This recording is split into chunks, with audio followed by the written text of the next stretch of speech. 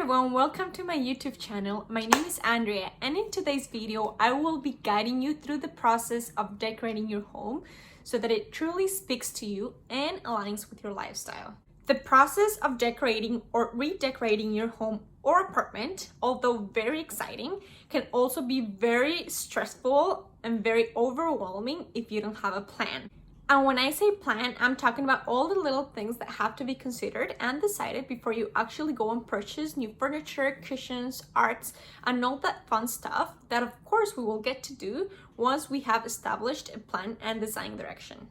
The first thing that I want to touch on is the term decoration and how it's different from terms like renovation or remodel. In simple terms, decoration refers to the jewelry of the house. This is sofas, furniture, chairs, dining tables, cushions, lamps, picture frames, and all the decorating items that you can go and purchase to make your house look gorgeous. Although home decor is sometimes done by professionals, aka interior designers, it can also be a do-it-yourself type of project, which I will show you how to do. On the other hand, renovation refers to the structure of the house. This can be walls, floors, bathroom tiles, fixtures. If you're thinking to have a renovation project, an architect, an interior designer, maybe an engineer, and a builder have to be involved in the process. Renovation project examples can include demolishing the wall that separates your kitchen from your dining area, or maybe changing the tiles around in your bathroom, or maybe changing the layout of your kitchen. Those major changes include the structure of the home and are not recommended to be done as DIY projects. So going back to our decoration project, this is what you will have to do. The absolute first thing that I encourage you to do is to declutter and organize your home. It may seem that this has nothing to do with interior decoration, but believe me, it does. You want to make your home look amazing, and in order to do so, you have to start from the inside out. Organize your closet, donate the clothes that you haven't worn in a year. Organize your bathroom cabinets, reorganize your kitchen or your pantry if you need to, and make sure to keep only the things that you really need and use. I'll give you an example to show you how important this is. Let's say that for your bedroom, you decide you want to get a wardrobe because you have all these clothes that no longer fit in your closet. Your bedroom is quite small, so that wardrobe is really gonna take much of the space, but you think you need it. If you decide to organize your closet first, you might realize that you don't really use half of the clothes that are hanging there, and you could just donate them and it wouldn't make any difference. You will have new space in your closet and no need to buy a wardrobe. Instead, you could buy an ottoman or a lounge chair, which will look way nicer than a wardrobe. Of course, this won't happen every time, and you might actually realize that you need a special type of storage for your new shoes. So this is a perfect way to know what you really need and what items you need to buy for your new decor, and to get rid of all the clutter that are gonna do no good for your new home. I like to think of the analogy of getting ready for a fancy party. You don't only put your makeup on and leave the home. If you're like me, you're gonna shower first, you make sure you're clean, and then you will put your makeup on, your clothes, your shoes, etc. Bottom line, organize and clean your house before anything else. The next step is to develop a concept for your home. Although concept and style may be terms that people use interchangeably, they are not the same thing, and I will explain to you why. I will briefly explain how to develop a concept, but let me know in the comments if you want me to make a longer video talking about concept versus style. Concept has to do with the feel of your home. We are not talking about the pieces that you want to incorporate into your living room yet. We are talking about how do you want your home to feel when you walk in. Write your ideas down on how you want every room of your home to feel right when you walk into it. For instance, for me, I like to read, and my living room is the designated place to read. So having that in mind, I want it to be a quiet, a muted place, somewhere where it's very comfortable and very cozy. So based on that feeling that I want to have in the living room, I would probably choose some nice, cozy rug, some nice cushions, some very comfortable lounge chair to read, a good lamp with a warm lighting. For my bedroom, I want to have colors that put me to sleep. So instead of having brighter colors, I would go rather with the blues and grays and those muted colors that are very calming and relaxing for me. If you are very creative and you want to have a more colorful scheme, you can incorporate those colors into your living room or even your bedroom. It is very up to you, and this is very personal. You don't have to decide of all the elements that you're gonna put into every room right now. Just have an abstract idea of what colors, patterns, fabrics you want to have in there so that you start developing a concept that aligns with all the pieces of furniture and all the decorating items that you will be buying down the road. Creating a concept board with pictures of interiors that appeal to you is a great way to develop a better concept and to see the concept on paper. After you've developed your concept, you want to review the items that you currently have in your home and decide whether you're going to keep them or replace them. This is a very important step because everything that you keep has to go with your new concept. So for example, if you have a lounge chair that you really love and you want to keep, that's okay. Just keep that chair in mind and make sure that it's aligning with your concept. Now it's time to determine the style of your home. Some examples are modern, contemporary, eclectic, traditional, Scandinavian, and there are so many more, but these are the most popular and common ones. While there is no rule of thumb and you can mix them together, you just want to make sure that they align with your concept and that the concept is actually being reflected in your style. Budgeting your project is very important. You will decide on the big items that you need first.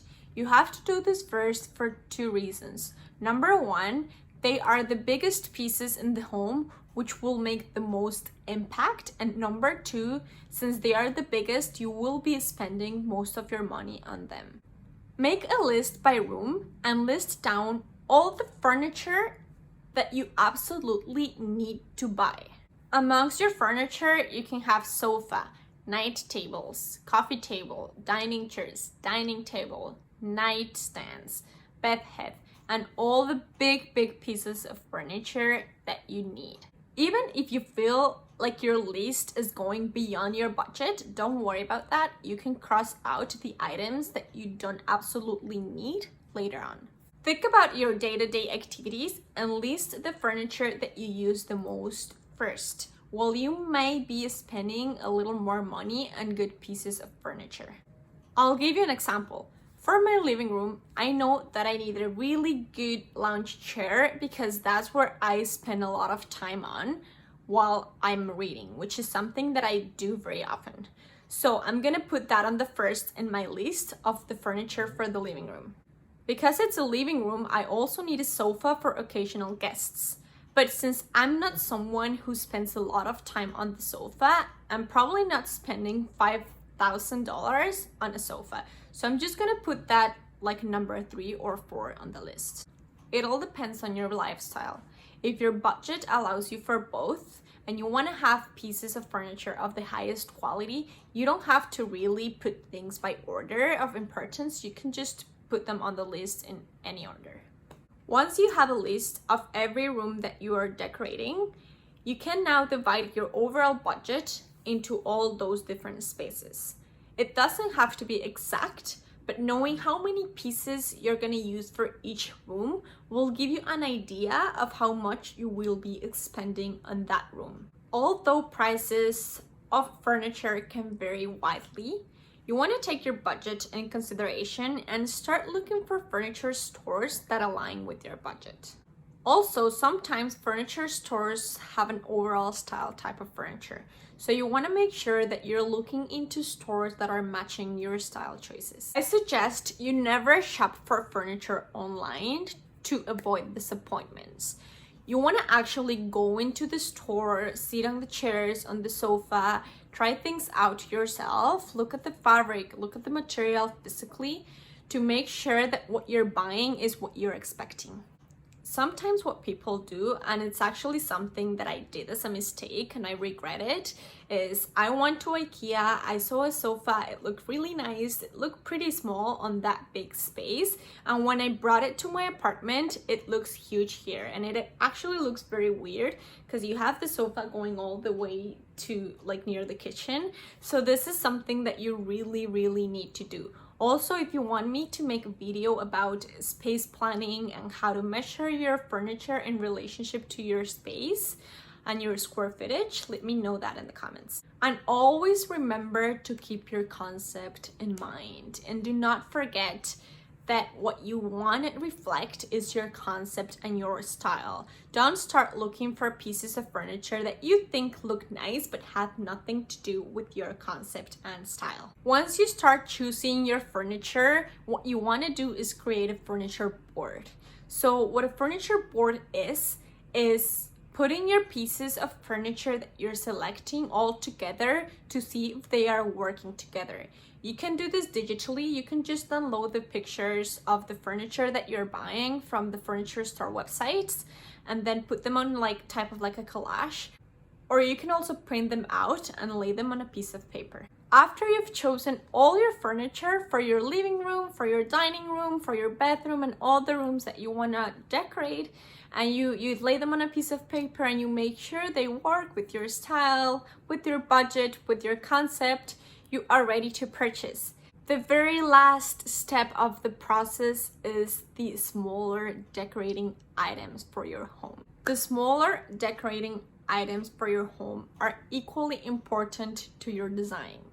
These can be anything that's only decorative and does not have to be essential, but it will make a huge difference. Believe me, it's gonna make a massive difference into your overall home decor.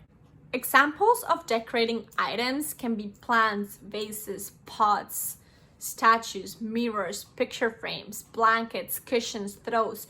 All these little things will make your home look so much different than only putting your furniture on. They will actually give your home that homey feeling. Decorating items are affordable in many stores, so you want to make sure you look for them. You don't want to add these items to your room list for two reasons. First of all, they are not essentials and you never know what you're gonna find out there.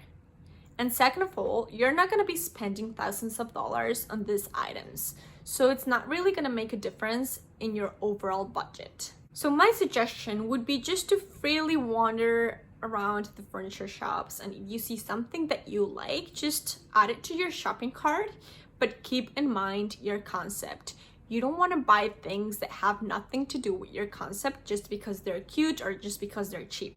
And also you want to know where are you going to place that specific item and if it really goes well with the things that are surrounding it. So that is it for today, guys. I hope you guys liked this video. I hope you enjoyed it, and I hope you found it somewhat useful and it encourages you to redecorate your home if you really need to, and to make it less painful, more enjoyable, and a really nice experience. I will see you next time.